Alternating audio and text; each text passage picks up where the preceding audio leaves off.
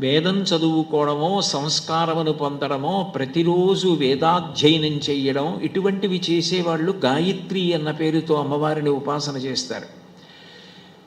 ఇంకా బాగా జ్ఞానమును పొందాలి, నిత్యానిత్య వస్తు వివేకం తెలుసుకోవాలి, నాకు ఆ జ్ఞానము చేత మళ్ళీ పుట్టవలసిన అవసరం పోయి పునరావృత్తి రహిత శాశ్వత శివ సాయుధ్య స్థితిని పొందాలనుకున్న వాళ్ళు శారదాస్వరూపాన్ని ఆరాధన చేస్తారు.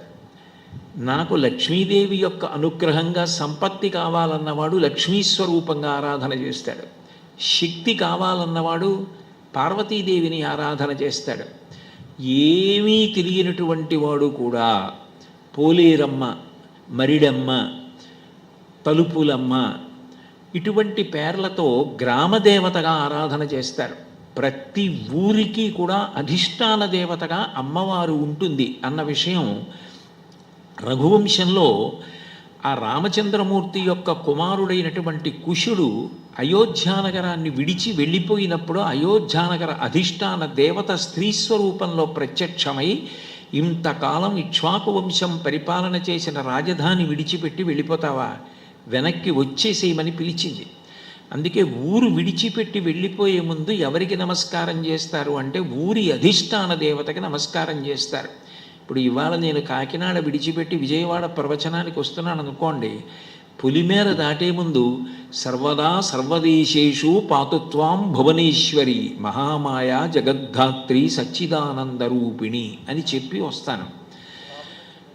సర్వదేశములయందు సర్వకాలములయందు నన్ను పుదివి పట్టి రక్షించి కాపాడి నేను మళ్ళీ క్షేమంగా ఈ ఊరు తిరిగి వచ్చి ఇక్కడ నూకలు తినాలి, అన్నం తినాలి, అందుకని నూకాలమ్మ, అమ్మ నన్ను అనుగ్రహించు అని ఊరి అధిష్టాన దేవత గ్రామదేవత అంటారు.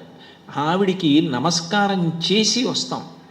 మళ్ళీ ఊరిలో ప్రవేశించే ముందు మళ్ళీ ఒకసారి అమ్మవారికి నమస్కారం చేసి, అమ్మ ఏ ప్రమాదం జరగకుండా ఏ ఇబ్బంది లేకుండా క్షేమంగా సంతోషంగా నేను వెళ్ళిన కార్యక్రమాన్ని సఫలీకృతం చేసుకుని తిరిగి రావడానికి నా యందు శక్తిగా ప్రవేశించి నడిపించిన ఓ పరదేవత నీకు నమస్కరిస్తున్నానని నమస్కరించి పొలిమేర దాటి ఊరిలోకి వెడతారు.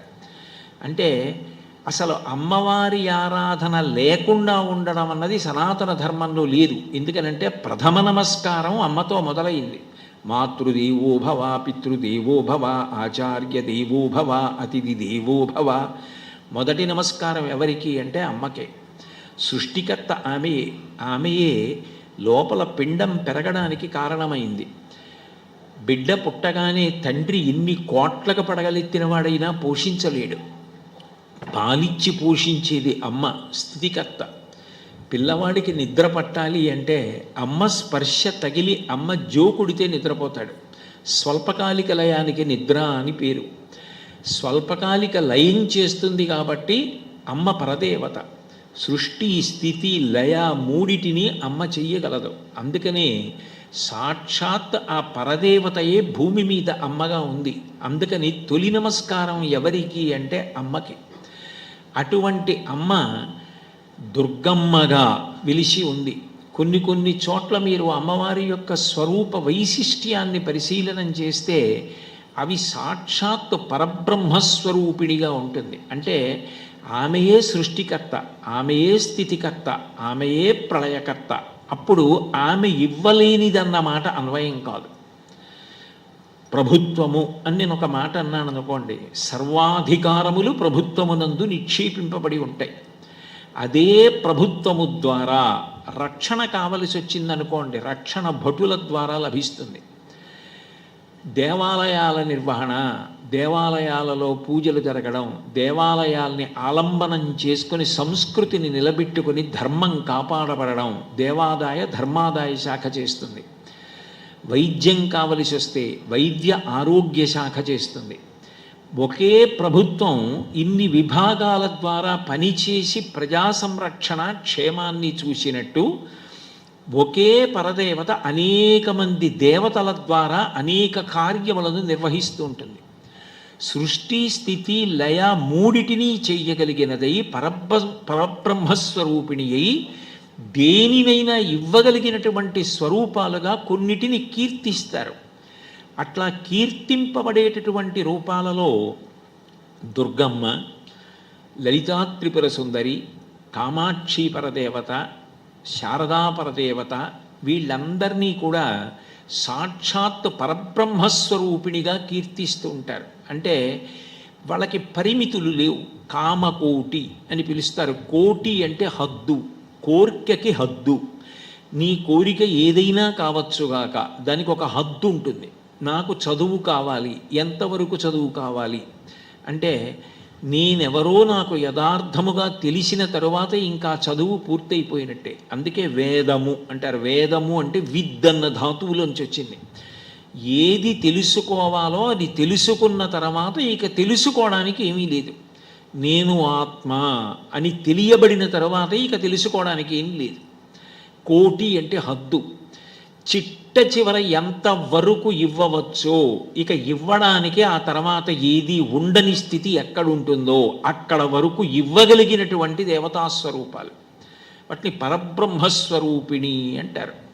అటువంటి రూపాలలో దుర్గమ్మ ఒకతే. అందుకే దుర్గమ్మని కీర్తిస్తూ పోతన గారు భాగవత రచన ప్రారంభంలోనే ఒక మాట అంటారు.